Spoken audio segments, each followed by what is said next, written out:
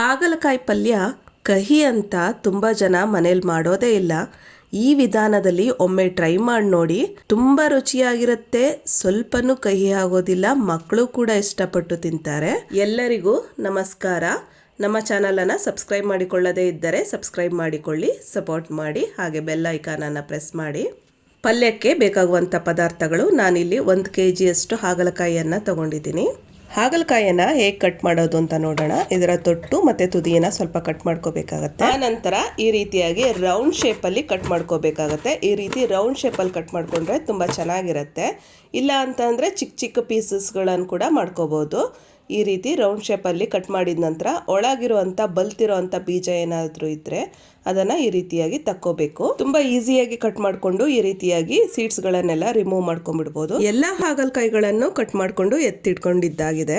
ಈಗ ಇದನ್ನು ಒಂದು ಪಾತ್ರೆಗೆ ಹಾಕ್ಕೊಂಡು ಅದಕ್ಕೆ ಅರ್ಧ ಟೀ ಸ್ಪೂನಷ್ಟು ಉಪ್ಪು ಹಾಕ್ತಾ ಇದ್ದೀನಿ. ಹಾಗೆ ಅರ್ಧ ಟೀ ಸ್ಪೂನಷ್ಟು ಅರಿಶಿನ ಸೇರಿಸ್ತಾ ಇದ್ದೀನಿ. ಇದನ್ನು ಹಾಕ್ಕೊಂಡು ಇದನ್ನು ಒಂದ್ಸಲ ಚೆನ್ನಾಗಿ ಮಿಕ್ಸ್ ಮಾಡ್ಕೊಬೇಕಾಗತ್ತೆ. ಮಿಕ್ಸ್ ಮಾಡಿಕೊಂಡು ಅರ್ಧ ಗಂಟೆಗಳ ಕಾಲ ಇದನ್ನು ಹಾಗೆ ಬಿಡಬೇಕು. ಆಗ ಇದು ಸ್ವಲ್ಪ ನೀರಿನ ಅಂಶವನ್ನು ಬಿಟ್ಕೊಂಡಿರುತ್ತೆ.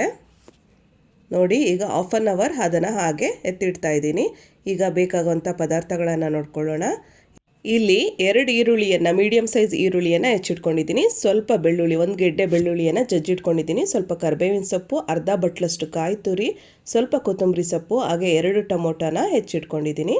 ಅರ್ಧ ಕಪ್ಪಷ್ಟು ಶೇಂಗಾ ಹುರಿದಿಟ್ಕೊಂಡಿದ್ದೀನಿ. ಹಾಗೆ 2 ಟೀ ಸ್ಪೂನಷ್ಟು ಎಳ್ಳು, ಅದನ್ನು ಕೂಡ ಡ್ರೈ ರೋಸ್ಟ್ ಮಾಡಿ ಇಟ್ಕೊಂಡಿದ್ದೀನಿ.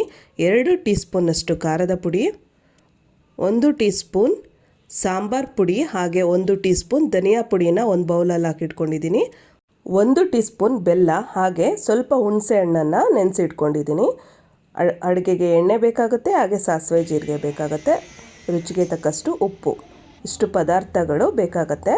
ಈಗ ಮೊದಲಿಗೆ ಒಂದು ಮಿಕ್ಸಿ ಜಾರ್ಗೆ ಹುರಿದಿಟ್ಕೊಂಡಂಥ ಶೇಂಗಾ ಹಾಗೆ ಬಿಳಿ ಎಳ್ಳು ಇದನ್ನು ಎರಡನ್ನು ಹಾಕ್ಕೊಂಡು ಇದನ್ನು ಪೌಡರ್ ಮಾಡ್ಕೊಳ್ಳೋಣ. ತುಂಬ ಸ್ಮೂತ್ ಪೌಡ್ರ್ ಏನು ಬೇಡ, ಸ್ವಲ್ಪ ತರಿಯಾಗಿ ಮಾಡ್ಕೊಂಡ್ರೆ ಚೆನ್ನಾಗಿರುತ್ತೆ.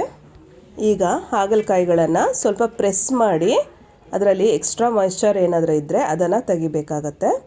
ನೋಡಿ, ಸ್ವಲ್ಪ ನೀರಿನ ಅಂಶ ಇರುತ್ತೆ, ಅದನ್ನು ಈ ರೀತಿ ಹಿಂಡಿ ತೆಗಿಬೇಕು.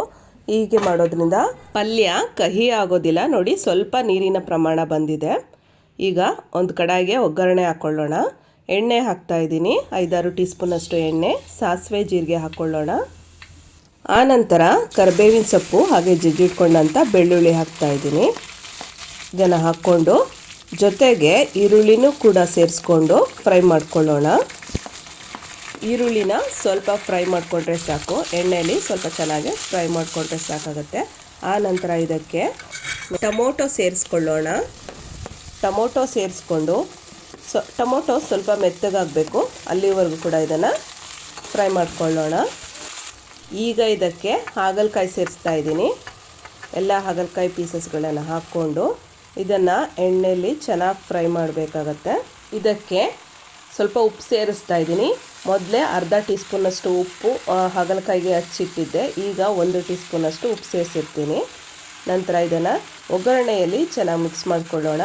ಒಗ್ಗರಣೆಯಲ್ಲೇ ಇದು ಒಂದು 2-3 ನಿಮಿಷಗಳ ಕಾಲ ಚೆನ್ನಾಗಿ ಫ್ರೈ ಆಗಬೇಕು. ಹೀಗೆ ಒಗ್ಗರಣೆಯಲ್ಲಿ ಫ್ರೈ ಆಗೋದ್ರಿಂದನೇ ಇದರ ಕಹಿ ಅಂಶ ಕಡಿಮೆ ಆಗೋದಕ್ಕೆ ಸಾಧ್ಯ. ಒಗ್ಗರಣೆಯಲ್ಲಿ ಚೆನ್ನಾಗಿ ಬೇಯಿಸ್ಕೊಂಡಷ್ಟು ಅದರ ಕಹಿ ಅಂಶ ಕಡಿಮೆ ಆಗುತ್ತೆ.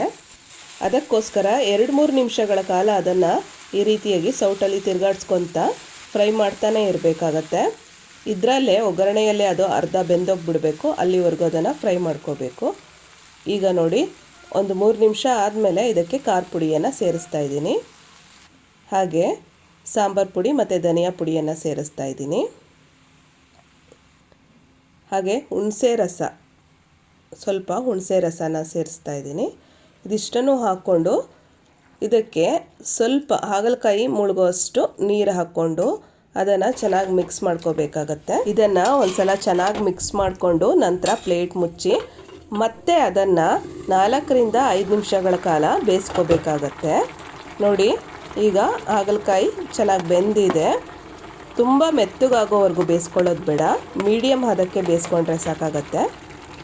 ಈಗ ಇದಕ್ಕೆ ಕಾಯಿ ತುರಿ ಹಾಗೆ ಶೇಂಗಾ ಬೀಜ, ಎಳ್ಳಿನ ಪುಡಿ ಅಂದರೆ ಎರಡನ್ನು ಸೇರಿಸಿ ಪುಡಿ ಮಾಡಿ ಇಟ್ಕೊಂಡಿದ್ವಲ್ಲ ಅದು, ಹಾಗೆ ಬೆಲ್ಲದ ಪುಡಿಯನ್ನು ಹಾಕಿ ಚೆನ್ನಾಗಿ ಮಿಕ್ಸ್ ಮಾಡ್ಕೋಬೇಕಾಗತ್ತೆ. ಸಮಯದಲ್ಲಿ ಟೇಸ್ಟ್ ನೋಡ್ಕೋಬೋದು, ಸ್ವಲ್ಪ ಏನಾದರೂ ಹೆಚ್ಚು ಕಮ್ಮಿ ಇದ್ದರೆ ಆ್ಯಡ್ ಮಾಡ್ಕೋಬೋದು. ನನಗೆ ಸ್ವಲ್ಪ ಉಪ್ಪು ಕಡಿಮೆ ಅನಿಸ್ತು, ಅದಕ್ಕೋಸ್ಕರ ಇನ್ನೊಂದು ಟೀ ಸ್ಪೂನ್ ಉಪ್ಪು ಹಾಕಿ ಕೊನೆಯಲ್ಲಿ ಕೊತ್ತಂಬರಿ ಸೊಪ್ಪನ್ನು ಸೇರಿಸಿ ಒಂದು ಸಲ ಮಿಕ್ಸ್ ಮಾಡಿಕೊಂಡ್ರೆ ರುಚಿಯಾದಂಥ ಹಾಗಲಕಾಯಿ ಪಲ್ಯ ಸವಿಯಲು ಸಿದ್ಧ.